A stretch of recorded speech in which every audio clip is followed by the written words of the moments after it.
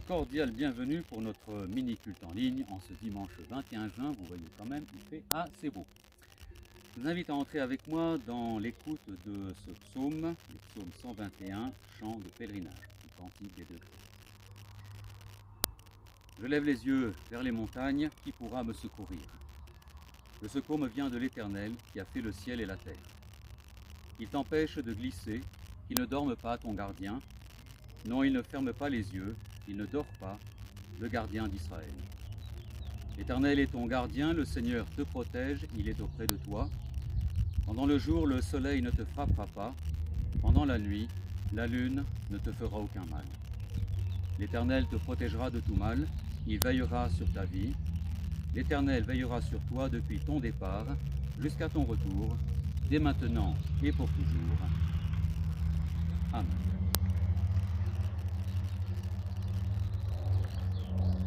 Une histoire assez humoristique raconte qu'un homme marchait un jour le long d'une plage isolée lorsqu'il entendit une voix lui crier « Fouille !» Alors il regarda autour de lui, mais il ne vit personne.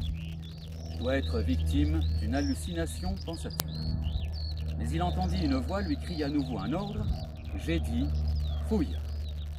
Alors notre homme se met à creuser à main nue dans le sable jusqu'à ce qu'il trouve un petit coffret avec une serrure rouillée. Il entend la voix lui dire « Ouvre !» « D'accord, se dit l'homme, ouvrons ce coffret. » Il saisit une pierre et casse la vieille serrure du coffret. Le coffret ouvert, il découvre qu'il contient un grand nombre de pièces d'or. Et avant qu'il ait eu le temps de savourer cette aubaine, la voix lui crie « Au casino !»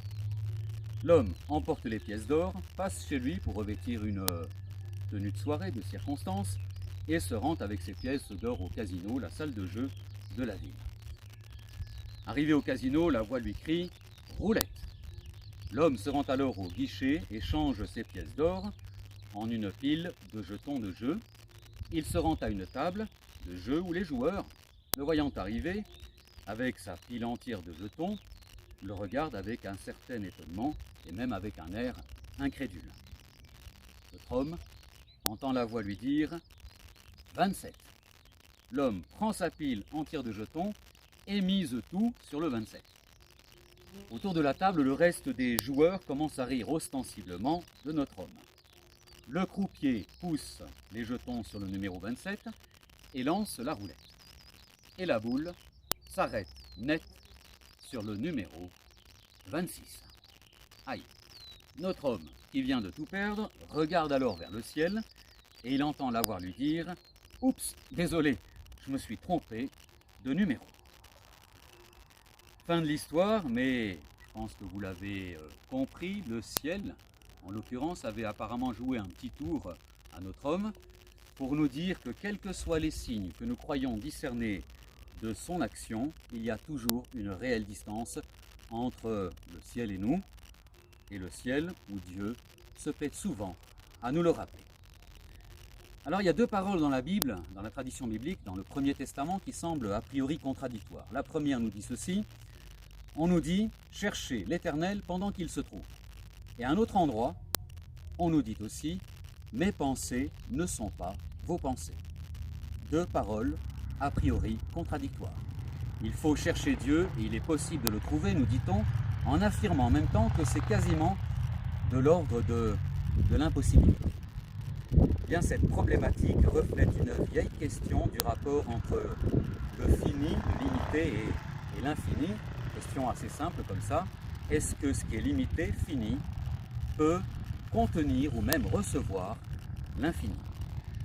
Alors, il y a des tas de philosophes qui sont occupés de cette question, et un de ces philosophes, le philosophe Descartes, bien connu, avait répondu tout simplement, même si j'abrège, tout simplement oui. Étant donné, disait-il, ou raisonnait-il, que nous avons l'idée même de l'infini en nous, nous sommes donc aptes à recevoir l'infini, ou même encore Dieu. Ce à quoi d'autres répondront beaucoup plus tard, très bien, on est d'accord, mais il y a quand même une petite différence qui devient très importante entre avoir l'idée de quelque chose et la possession de cette chose elle-même. Je me rappelle d'un professeur qui nous dit donner tout simplement cet exemple. Je peux très bien avoir l'idée de gagner 100 millions par exemple, mais c'est quand même pas la même chose que de les avoir réellement dans ma poche. Quoique dans une poche, il n'y a pas la place pour 100 millions. Discours symbolique de ce prof. Ça veut dire que je peux avoir l'idée de l'obéissance ou de la connaissance de Dieu, etc. Mais cela ne signifie pas encore que je lui obéis et que je le connais réellement.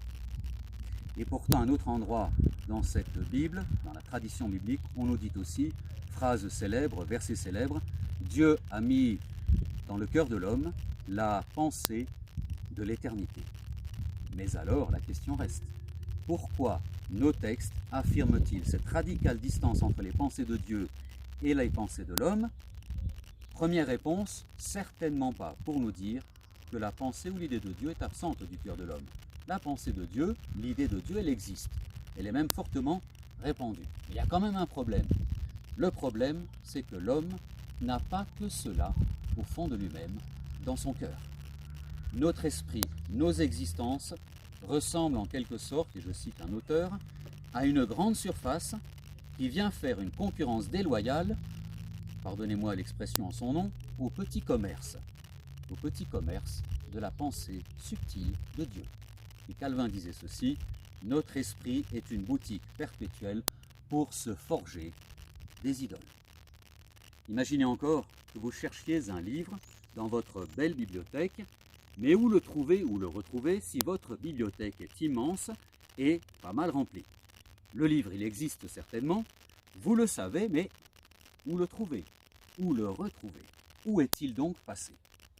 Eh bien, Dieu est là aussi, ici, ailleurs, on le sent, on le devine, on le pressent, mais où le trouver dans le fratras de nos vies?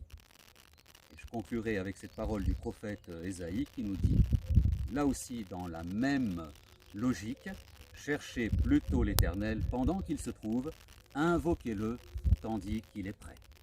De quelle manière?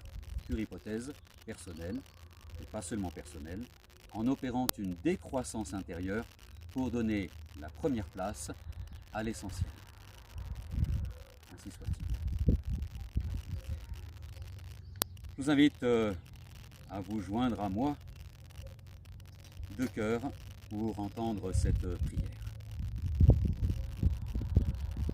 Une très ancienne prière. Apprends-moi, Seigneur, à bien user du temps que tu me donnes pour travailler et à bien l'employer sans rien en perdre.